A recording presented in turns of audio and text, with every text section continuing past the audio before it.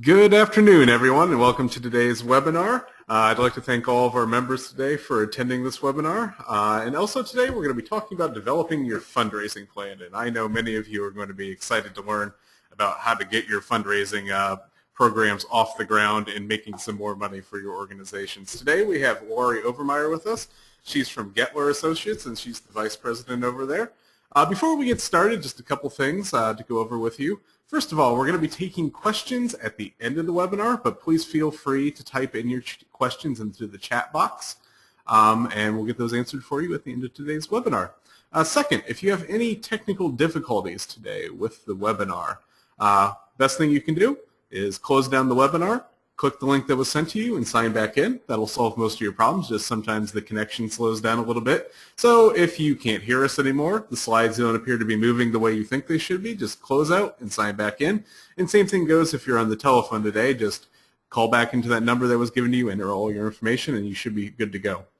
Finally, we will be sharing both the recording and the presentation with you after the webinar. So if there's no editing problems I have to take care of, I'll email that to you directly. It'll be private for at least a little bit of time, so you'll get a special link that's going to be tied to you only. It will not work for other people, and it's definitely not going to be public. So without further ado, I'm going to turn it over to Lori. Thank you so much, and it's a pleasure for me to be able to address the group today. As was noted, we're really talking about developing the fundraising plan, your roadmap to success. I would like to say to the group listening that we really look at this webinar as a preview to the conference that will take place in Columbus later on this month, where we will specifically be dealing with fundraising over a 2-day period. If you've not signed up for the conference yet, I encourage you to go to Heritage Ohio's website and really look at some of the options there. We have some great sessions that I think will really help you to get on your way in 2013 as far as your fundraising efforts are concerned. All right, let's get right into this, and we're really going to talk about the need for a financial development plan. I look forward to seeing your questions. We'll break at about 1:45 to take those. But first, let's just begin with a basic definition.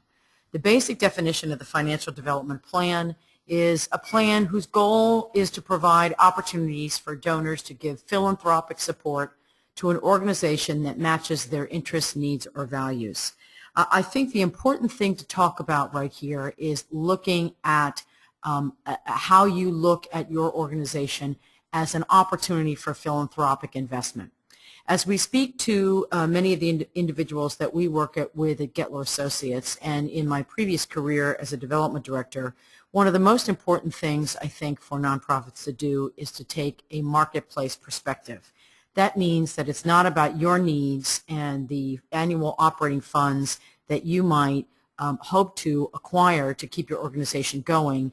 It's about the needs of the community and how your organization can be positioned to uniquely meet those needs. We'll talk about this a little bit more as we talk about a case for support, but it's important to really look at the fact that it has everything to do with that cross-section of a donor's philanthropic needs and the needs of the community and where you fit in. So that's an important thing to remember. Philanthropy is a lot of the discussion today versus some of the more transactional opportunities that people have to give, which is your typical membership, which is kind of a quid pro quo contribution. Before we launch into the plan itself, I always think it's beneficial to look at the giving sector and looking at Giving USA 2012, which looks at all of the tax returns for 2011. So the plan, Giving USA is always a year behind. And again, this only tracks those who itemize deductions, so I want you to keep that in mind. But total giving for 2011 was close to $300 billion to the nonprofit sector. Individuals gave 73%. Bequests were 8%, and of course bequests are also individuals. That's a gift that's left in your will. Foundations were 14%, and corporations were 5%. So everything was up slightly, although corporations were flat. A little bit of a word about bequests. 85% of bequests are straight line item bequests in a will, which means which you could equate with excuse me, I hereby bequeath Heritage Ohio $5,000. I know a lot of organizations feel that they need to launch sophisticated planned giving societies. They need to develop all kinds of gift annuities and charitable unit trusts. Not so if you can continue to have conversations with your donors about just a straight line item bequest. That typically is where most gifts come in. A word about foundations here. One of the things that has been an interesting phenomenon as far as foundations are concerned is the fact that the growing number of foundations, and we'll flip on to the next chart right there, the growing number of foundations actually has been through individually run foundations. So if you see where the dotted line is on foundations there, and look at how the pie chart breaks out, individuals give 73% of gifts in 2011. Family foundations gave 7% of the gifts, and bequests gave 8%. And why is this important? It's important because when you look at it, the combined individual, family-directed foundation, and bequest gifts accounted for 88% of all gifts made in 2011. And this is really critical because I think that where especially smaller nonprofit organizations have an opportunity is to influence those individual donors who can really make a transformational gift to your organization. Most nonprofit organizations talk a lot amongst board members and amongst staff about how to increase corporate gifts, how to increase foundation gifts, when really the greatest area of impact is individuals. The good news about individual giving is I think those are areas where organizations have the greatest opportunity to influence long-term giving as well. So, of course, corporate and foundation gifts are important, but 88% of all charitable contributions last year came in through individuals, which is obviously it's a huge portion. Coincidentally, that figure has remained about the same since I've been in fundraising since 1986. Individuals have always had the greatest power, so to speak, in terms of gifts to nonprofit organizations. All right, now it's always good, of course, if we're going to look at who gives it, let's see who gets it. And one of the things that I think is important too is to look at where the charitable contributions break out and where your organizations fit. For historic organizations in particular, I could see that there would be an affinity towards those who give towards education purposes, perhaps public society benefit, certainly arts, culture, and humanities. If it's a development project, you might even be able to position it as an environmental project. So you have some opportunity there beyond a narrow band of what you might think others might be interested in terms of your topic. One of the things of note to look at this is that for the first time in 20 years, religious giving is down. They actually think that that doesn't have anything to do with the number of religious organizations. Some just do not, are very loosely knit, so they don't submit information about a 501c3. It doesn't account for overseas giving, but it was an interesting decline to note because it is the first time in 20 years. I will also say, though, again, since I've been in fundraising, religious giving has always been at the top. Education has always been second. Human services and health is typically third and fourth. So these are just another way of looking at how you break down your program budget and where you might be able to find that angle of appeal for someone's philanthropic intent as you begin to look at your projects. All right, now I always like to have a pie chart there so you can see where it breaks down. Again, education, foundations, religious, and giving to foundations. I'll just give you a little bit of background on that.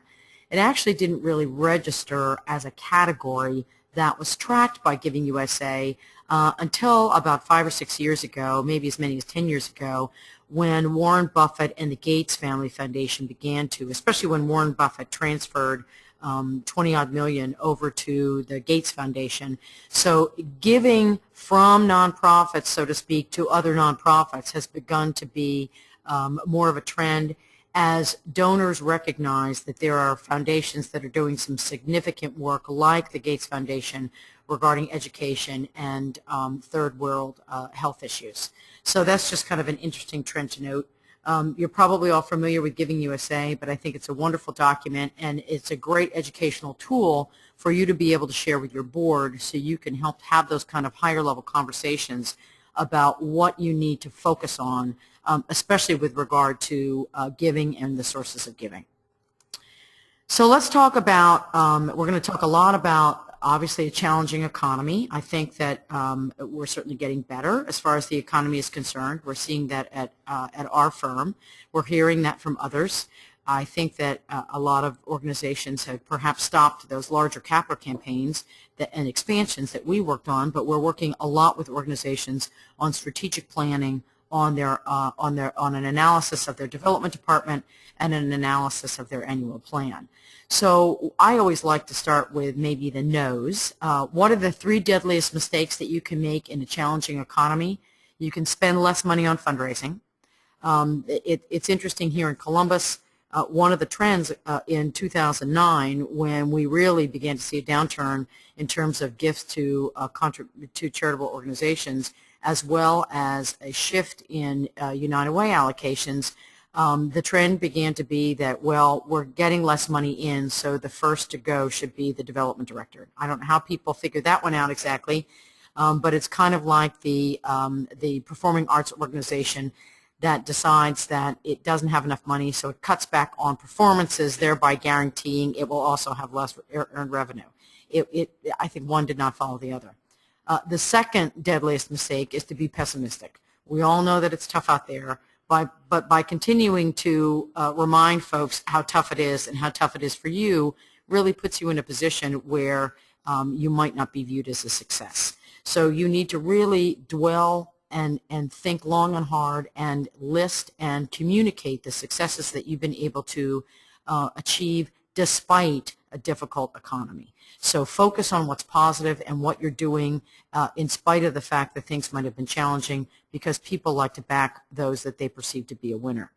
And I think the worst mistake to be made is you apologize when asking for money. There's one even bigger than this, that you don't ask for money at all. There were some organizations that we worked with back in 2009 that really felt that they weren't going to do as many direct mail pieces and as many appeals because they perceived that the economy was tough and people had less money. Let the donor decide how strapped they feel. You absolutely need to be able to continue to ask for funds, but also to let people know that your organization continues to be the outstanding investment it has always been. So never apologize when asking for money, because you need to show that you are proud not only of your organization, but of the fact that you are an organization that is worthy of philanthropic investment. All right, what should you be doing in a challenging economy? Probably what you should have been doing all along, which number one is donor stewardship. I think that's becoming more and more important. Obviously planning, which is what we'll be discussing today. Analysis of your success, so you can track it and make those improvements and report out on it. And communications are really key.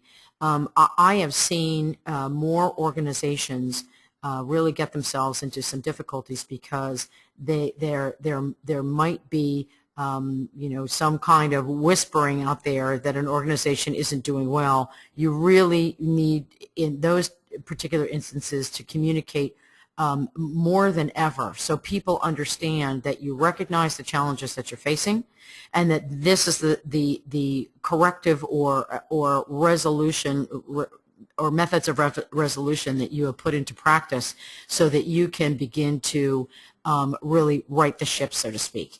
It's really critical that, especially to the donors that you already have, that you communicate with them about how you're dealing with difficult circumstances, your successes, and those opportunities that you have to grow, and really bring them along. A lot of folks forget how important communication is, and in the absence of communication, people will draw their own conclusions, and they may not always be positive ones about your organization. All right, your pre-plan analysis.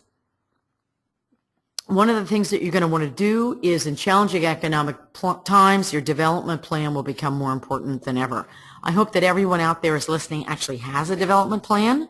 And I'm not saying that facetiously, because there are many folks that can continue with doing a number of efforts each year, but perhaps they are not pulled together by a development plan.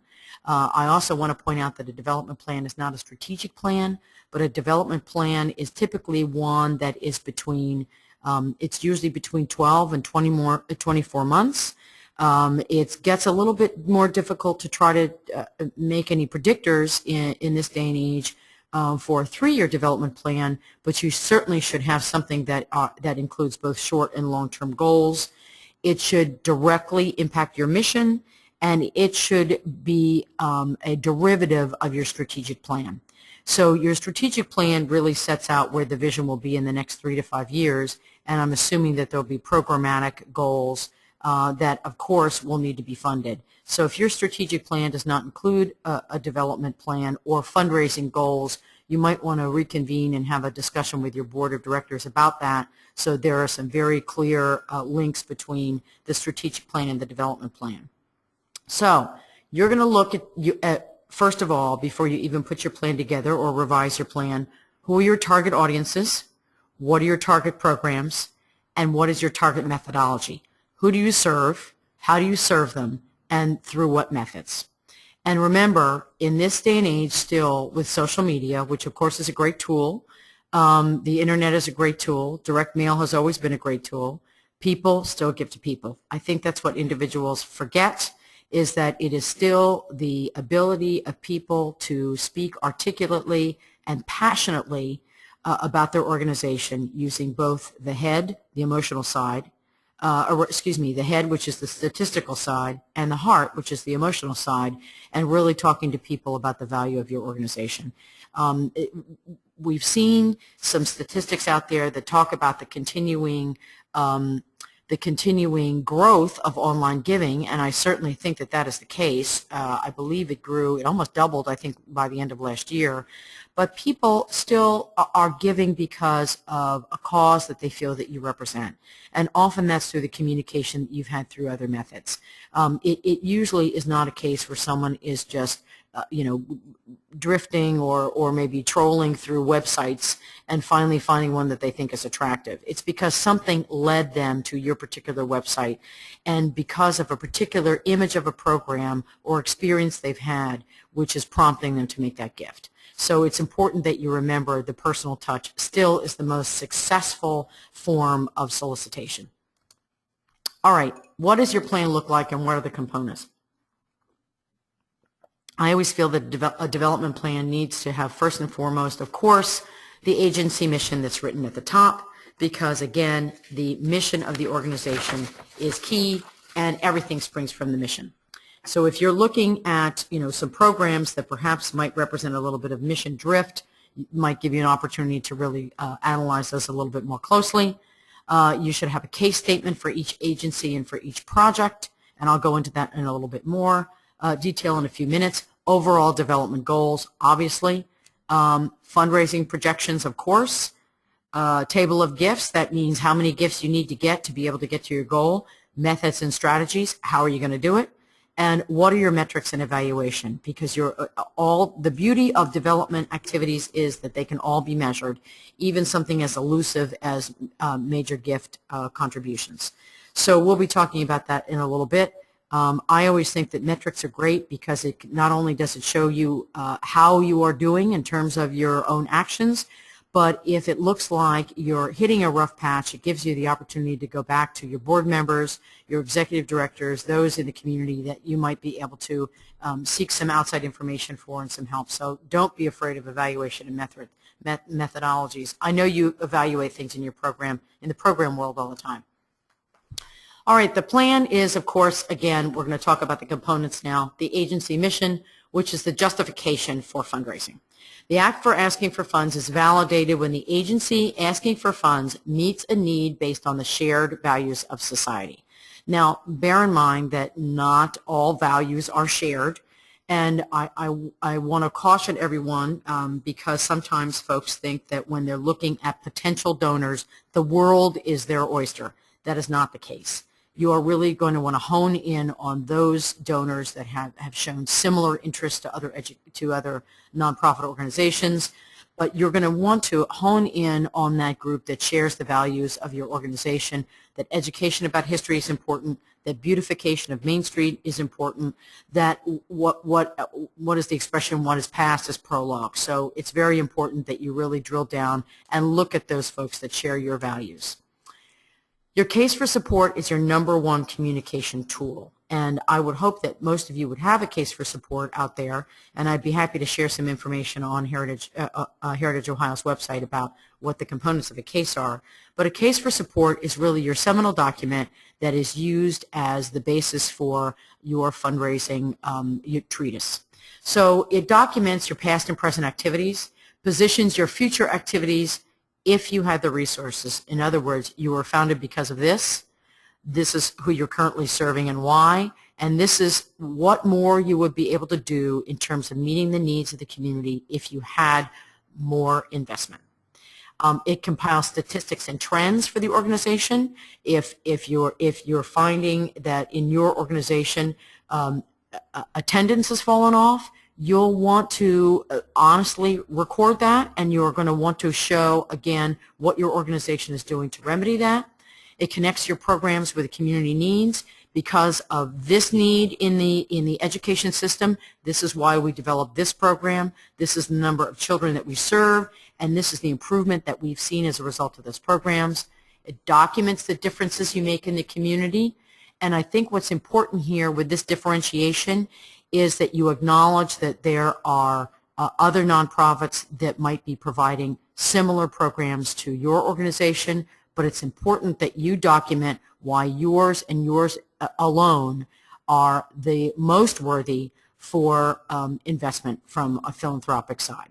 So in other words, you acknowledge the competition, but you very clearly state that, for instance, if your donor only had $1 to give, your organization would be the best investment because of the services that you provide. Before I worked at Gettler Associates, I used to work for Big Brothers Big Sisters of Central Ohio, which is a great organization, but we certainly were not alone in the fact that we had a successful mentoring program. Certainly Boys and Girls Club has, the YW has, the YM has, but we used to say to our donors, if you are looking for an investment that will maximize your philanthropic gift, your best bet is to make a gift to Big Brothers Big Sisters, and we were able to back that up with statistics because we did a lot of outcomes measurement as well. And then, of course, the communication tool I think that your case is most important for is that it's a seminal document for producing written materials, your newsletter, your direct mail pieces, your grants. But the other thing that is important is that it is a training tool for your board of directors. Your case for support is such that it should be something that your board endorses. It takes part in helping to craft and maybe to edit. A case for support is not a glamorous, shiny, glossy document. It's often a white paper that is produced that is an in-house document, but again, it provides that information that will be critical for your leadership volunteers. And again, the case identifies and validates the need. You were founded because of XYZ need in the community. It documents the needs. It identifies strategies designed to address the needs. We recognize the need. This is how we've documented it, and these are the strategies that we are using to meet these needs. Why is society better as a whole? Because we have historic preservation. Why is Main Street more attractive? Because of the work that we've done. It establishes the competence of the organization and the staff, which is very important. I think often organizations are very impressed when they find out that there have been lengthy tenure of those on your staff. What are the qualifications of the staff? Does anyone have a PhD? What are the other things that they're involved in? It explains who benefits from the services that you offer. What is your reach out into the community? And in this day and age, what kind of webinars might you offer yourselves? What type of tours do you offer for other parts of state? What are collaborations that you're involved in to show that you are an active part of really meeting the historic needs of the community? It explains why, it identifies the resources that are required to fund the project. Obviously, you need to talk about, we see this need in the community. We feel it will take an additional $100,000, and this is what we're going to do if we can get that investment. It explains why the prospect should give, why you're a worthwhile investment opportunity. It shows how the prospects can give, and that's just as simple as, bequest, major gift, capital gift, however you want to do it. And it responds to the prospect's unanswered questions. How will it meet my needs, interests, and values? And I think it's very important in the case to remember that it is an opportunity for you to involve others, and it really is a cultivation opportunity. When we work with our clients and help them to put together a case for support for major giving campaigns, we make certain that they understand that this is a great opportunity to go to select people on their board of directors, to go to some of their principal government funders and get their feedback, to go to their major donors and ask their input on this white paper, and clearly state to them, if you were trying to explain Heritage Ohio as an example to an outside individual that was not familiar with their services, does this case explain it? What are those unasked questions? What looks like it might be a loophole? What benefits of services does it really lay out there? And again, we love to see people put together what we call an ad hoc committee for the case for support review. Maybe it's 8 to 12 individuals that you could meet with one-on-one, and you could get your feedback on what they think about your case for support. And then the other great thing to add in a case for support for those individuals that are providing that feedback, especially your major donors, you can ask them to include a quote that corroborates the case. So step one, a case for support, is step one in a wonderful system for cultivation. Your number one communication tool, of course, is if you don't have a case for support, start writing. And if you have one, dust it off. Review it to make certain that it's still relevant in terms of your programs, that the statistics are correct, that it's correct in terms of your current budget, and correct in terms of the needs of the community. Excuse me. So you'll really want to look at your case for support at least once a year. Typically, it is a document that is written by the development department. A case for support is not a marketing brochure. It's not a tagline. It's not designed to do that. It really is a training and an educational tool that is utilized by your volunteer solicitors and utilized and read by those from whom you seek funds. All right, so let's talk about the overall development goals, because of course that's very important. This section of the annual development plan talks about the global types of development goals: your donor acquisition, retention, and upgrading, your donor awareness for charitable mission and relationship building, and philanthropic need for growth and expansion, and that each funding goal needs to be supported by objectives, because you always want to have a dollar sign connected with your development plan. It includes fundraising projections for income and expenses. Don't forget to include the expenses. And it lists each development project separately with projections by functional line item for gross income, net income, and expenses. We actually were working with someone recently that it's an organization that's supported primarily through government funding, and they actually do report their fundraising income at their board by gross income instead of net. That is absolutely not what you should do. Always report net. Don't be afraid to have someone dig deep in terms of what they perceive you're spending per person or per program, and just make certain that you have the rationale as far as the expenditures are concerned. And of course, it should include a financial section that gives a profile of annual giving and an annual gift range chart, so you know how many gifts you need to get in order to hit your goal.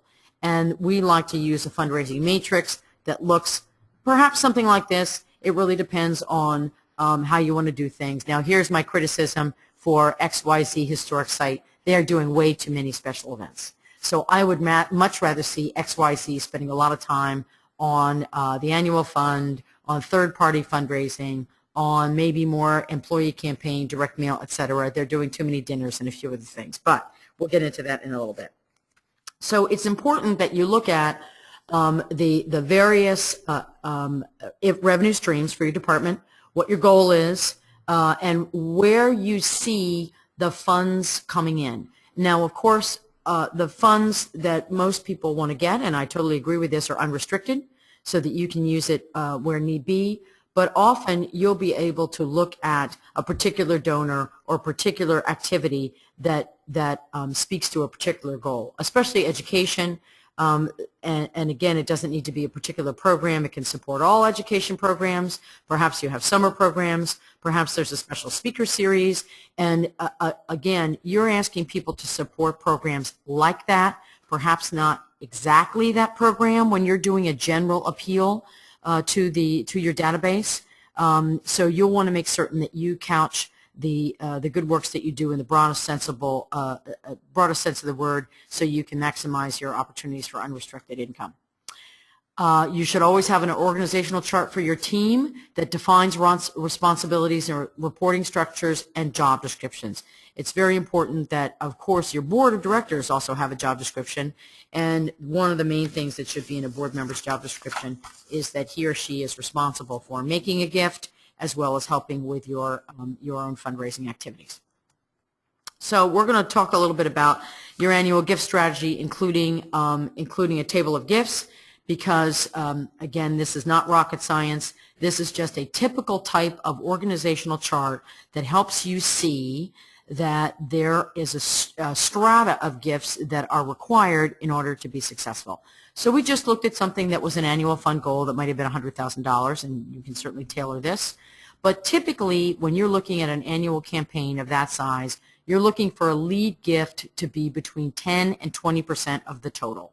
And you need a lead gift, first of all, because number one, it makes all the rest of the donations a little bit easier to come by, because that lead gift will give validation to your campaign, because you've got someone who has come up at the very top and says, I believe in this, I want others to follow. And one of the things that's very important to look at too, if you look at the number of prospects and the number of donors, basically what we say to folks is that for every one gift, you need a minimum of 3 prospects. So if you know in your database right now that you have, that in this particular plan, if I were an organization and this were my plan to raise $100,000, but I knew that I only had 200 prospects out there, I know that I would probably have to readjust my annual giving chart so that I could be successful. There are some organizations that have very strong relationships with their prospects, where they've really done a good job of stewarding people at a lower level, and they're getting ready to move them up into that higher level of giving. But there are others that might not have that critical mass at all, and they're going to require many more prospects.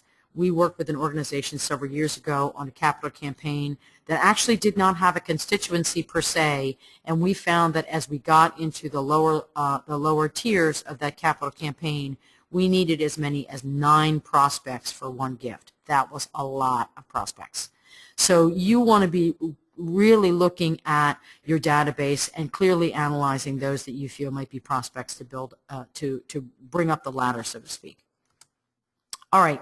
Of course, it's got a comprehensive plan, includes methods and strategies for each target audience and programming. Okay, this is the program, this is my target audience, this is what we're going to raise, this is how we're going to raise it, this is who is going to help me. And of course, it has the structure for your evaluation through metric analysis, and often that's just a simple percentage of total giving. Your plan should help staff and board set realistic income goals. We talk a lot about realistic income goals, and one of my favorite sayings is that I raise money in the real world. We have there is a document that's on our website at Gettler Associates that I'd like to encourage you all to look at, and that's really looking at feasibility studies. And it's from our Gettler Fundraising Matters series, which is free for you to download. But we like to say in this particular article that if the top 2 people that are on your prospect list are Oprah Winfrey and Bill Gates, you really might want to go back and look at your prospect list. That's what I would call, that's not an aspirational goal. I think that's kind of a hallucinogenic goal. So you want to be very, very careful that you're setting realistic income goals. It needs to outline the strategic steps to reach these goals. You should outline the board and staff responsibility in accomplishing the plan, because it's very important that your board be part of this process.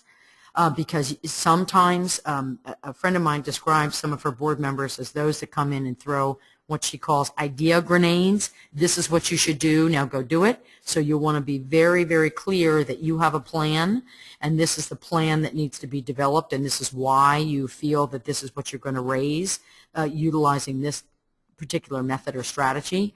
And of course, it works with the goals that are set by the Finance and the Executive Committee that are revised when operating budgets are revised. You don't pull your goals out of thin air. Hopefully, as a development people and executive directors, you have an opportunity to have some say in what is set as far as the fundraising goals are concerned. A good fundraising goal is not one that is used to plug the operating income of an organization. Because if there's not a rationale behind how you are going to realistically reach that goal, it is pie in the sky. All right, so your financial goals obviously should compare 2012 with 2013 in your projected income, and I'm just basing this on an organization that would have fiscal year 2013 beginning January 1st and ending December 31st. It should express your income line projections as a percentage of total goal. And you can also express these as monthly actual versus projected income. So you can drill down even further and say, based on our trend line of when money comes in and when these activities take place, this is when we project that there will be funds available or when we will need more funds from other sources. And you should incorporate adjustments made for the current economy. For instance, lowering projections for foundation gifts. Now, that's not always true with foundation gifts.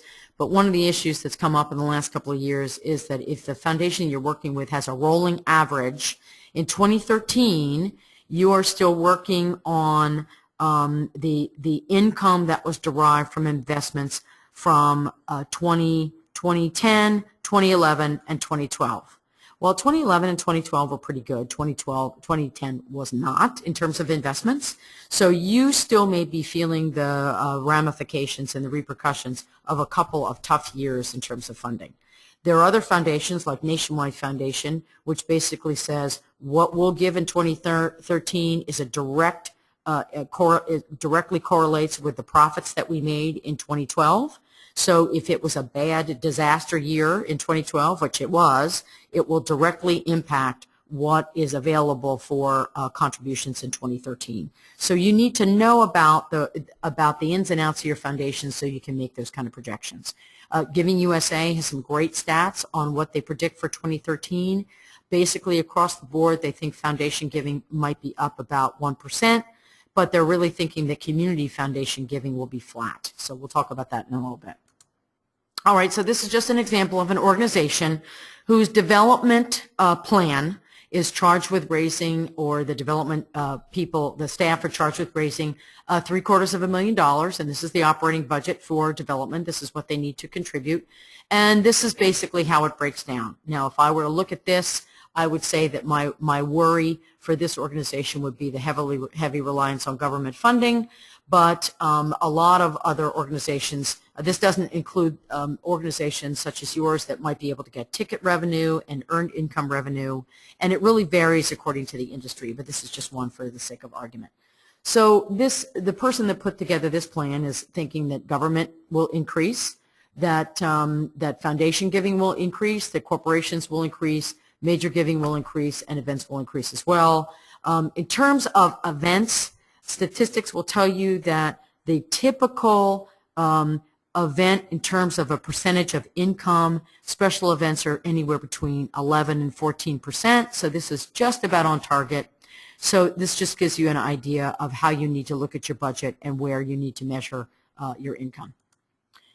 Methods and strategies for each project. Each development activity should have a separate section in a development plan. There'll be an example coming up.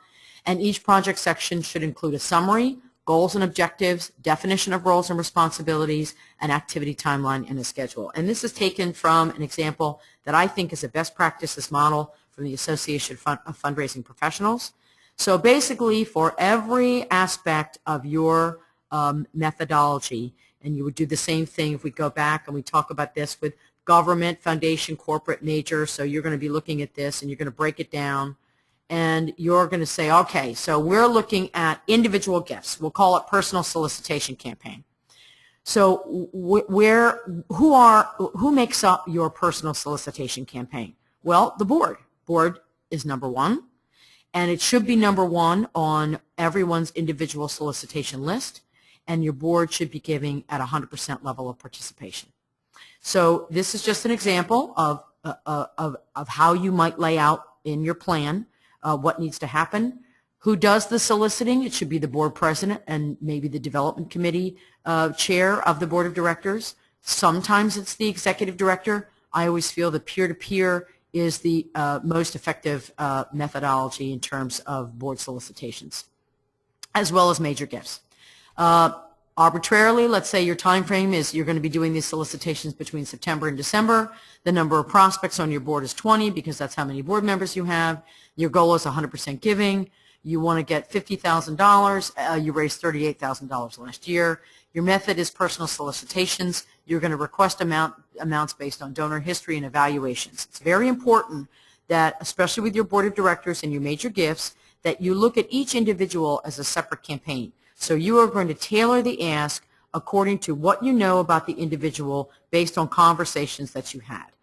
One of the things that we've seen more and more is that we think that board members are less engaged in fundraising because, frankly, they don't have a really good experience themselves in terms of how they're asked. Each board member, our position is that each board member should be met with individually. You should cultivate them in terms of what their interests are. You should talk about how they feel their performances on the board and how other board members perform. That you should talk about their aspirations for involvement, and then you should tailor the ask according to what you know about the individual. One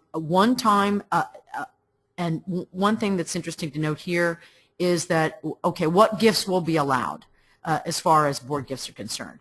In this instance of this example, a one-time annual gift in lieu of multiple direct mail solicitations is okay. I personally feel that if you're doing a lot of direct mail, you need to send those direct mail pieces to your board members so they are aware of it, but you should solicit your board members personally. And the board should be asked to support the annual fund in addition to other special events. A gift to a special event, it does not count in my world and in my recommendation as far as an annual gift to the organization is concerned.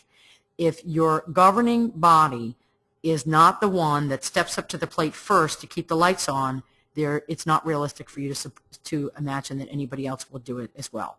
And one of the questions that foundations and corporations will ask, what's the percentage of board giving?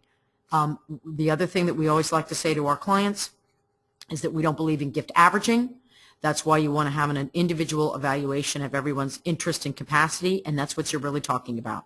You're asking each board member, as well as major donors, and this holds true too, to give according to their interest and capacity to give. You hope as board members that your particular organization is one of their top 3 charities of choice. At the very least, I would hope they would be top 5. If they're top 10, that's a crowded arena in terms of getting financial support as well as attention. So that's just an aside. Next step in this fictitious plan is individual solicitation. You're going to be working with volunteers to do this. The time frame is September to December. Your prospects are the 50 to 75 top prospects.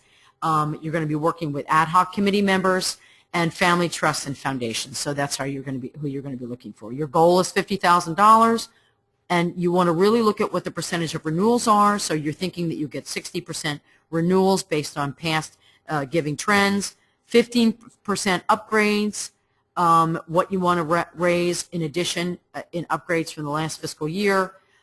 Maybe you get some new ones as well. This particular one is not looking at new gifts, but it's just, again, fictitious. And the methodology is personal solicitation by board and non-board volunteers, one-time annual giving in lieu of multiple solicitations. So your individual solicitations at that larger level in particular, it should be very, very personalized and tailored. Does not need to be fancy, but it certainly should be a letter followed up by a phone call or a personal meeting followed up by a letter. Just a quick word about a major gifts versus an annual campaign. Of course, we firmly believe that major giving needs to be an important part of everyone's, certainly every executive director's attention as well as development directors. But in more challenging economic times, smaller gifts become optional. So people are looking more now to have greater impact through larger gifts. They may become smaller or they may disappear, but don't ignore the lower-end donor, because 71% of Americans file a short form, so they receive no tax benefits of giving and therefore are not recorded as part of the Giving USA statistics. 60% do not own stock, so they are not impacted by the ups and downs of the market. So don't forget the smaller giver. All right, your plan, final thoughts. Metrics can be applied to any fundraising activity, an annual fund, a major gift, event. Just as a perfect example, the standard for events is your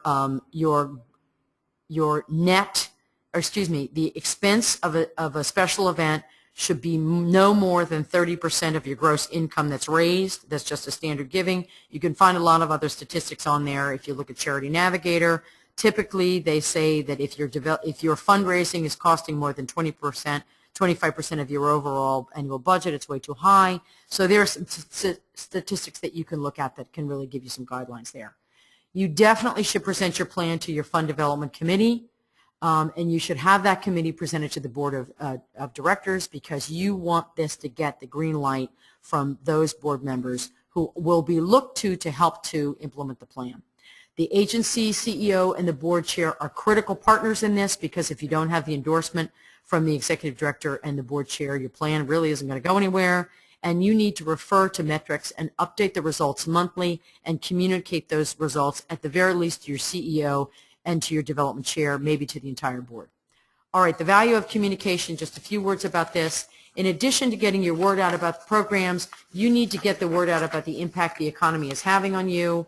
If you've had to cut back on programs, you need to say why. If you've had to cut back on a couple of other things or maybe shut down for an additional day because of the economy, you need to let them know what you're doing to rectify that. You have to be open and honest and say, we know it's tough for you, but the lines for our services are out the door. The need is so great. We still need your gift, and we still need you to consider making a gift. And accountability is more and more important than ever. The more information you can get to provide to donors about what difference their gift makes and what it makes happen, the more likely donors will continue to support. One of the #1 reasons why donors do not renew their support to organizations is because they think you don't need the money. So you need to show what you did with it and what you did with a gift last year and what you're going to do more if they invest in you again. Communication teaches donors that adequate overhead costs are critical to your organization. That stakeholders know that you're taking the appropriate steps to survive and thrive in difficult times. And this is just one of my favorite quotes. Donors don't make gifts to nonprofit organizations because the nonprofits have needs. They give because the nonprofit has the programs the donor wants to fund, and through these programs there are successful outcomes. So that should tell you that one of the things that you need to measure is the impact that donations have on outcomes. Be proactive. Talk about the specific strategies your agency is employing to execute needs. Let people know how you're going to be communicating with them. If you have a major donor that gives you $1,000, let them know what that method of communication is. Ask them how you want the communication to be driven. Is it by a newsletter? Is it by an update? Is it a monthly, visit? Is it a lunch with the executive director? So you'll want to let people know that they have options in terms of communication. You're going to want to do very high-end communication strategies, personal calls from the executive director as low-end, as well as low-end, which is typically your newsletter and or email e-newsletter. Donor stewardship is more important than ever, and your plan has got to include that. There's a sample calendar in here that you can use. You need to seek counsel and advice. Chances are this isn't the first financial storm your donors have weathered. Listen to your donors if they have questions or concerns. Take notes. Discuss strategies. Maybe invite your donors to a special executive staff meeting to share their views. Revisit them and let them know how their advice was used. Steward with dignity. Again, that goes back to not being apologetic. Continue the dialogue with your donors. Schedule phone calls and visits. Send updates on a regular basis. Let them know they are your partners. You are working side by side. One organization that we worked with liked to prepare a special white paper twice a year that was kind of a state of the state, and they were able to get a luncheon underwritten by one of their funders. It cost about $10,000, but they invited the who's who of the community to come in and hear about the state of their organization and the impact, and it was a panel presentation. It was a wonderful, wonderful opportunity for donors to understand what was happening. Sample donor stewardship calendar, it's really simple. You can put it into Outlook just to remind you when to do things and when to steward your donors. We're going to quickly go through the top 12 strategies to keep on track, and then we're going to take questions. Number one, view challenges as opportunities, not as obstacles. Get your board up to speed and on the same page and giving at 100%. The donors you have now are your stability, and there's some shocking information that says if the one thing that you could do today would be to keep your donors, that is absolutely what you need to do on track. A recent study at Indiana University said that typically a 10% improvement in the level of retention of your donors today increases the lifetime value of your fundraising database by about 50%. I know a lot of people are always looking at adding the new, adding the new. You've got a much better bet, safer bet if you hang on to who you have. Get to know those donors who are not yet close, which means you want to have a way to steward people so you can bring them into the fold. Review your case. Why us? Why now? Always ask those questions. Raise the awareness of your organization and raise your public profile. That's more of a marketing activity, but you'll want to look at doing that. Think creatively and be flexible. Value the donor, not the donation. Practice donor centricity. It's about what the donor wants to do. It's not about what you need. It's about what is important to the donor, not what is important to you. Relationships are built over time. Keep the door open, but remember that you want to be very realistic in your projections because it takes a long time to take someone from $100 to $100,000. Continue to ask without hand wringing and take a hard look in the institutional mirror and be honest about what you're doing, your programs, your methodologies, your outcomes, and what you need to do to improve your performance so that you can continue to attract donors. And then this is final words of advice from Gettler Associates. I tell you, I wish I had thought of this, but this is absolutely true. If you want advice, ask for money. If you want money, ask for advice. And thank you for your opportunity to present this to you today.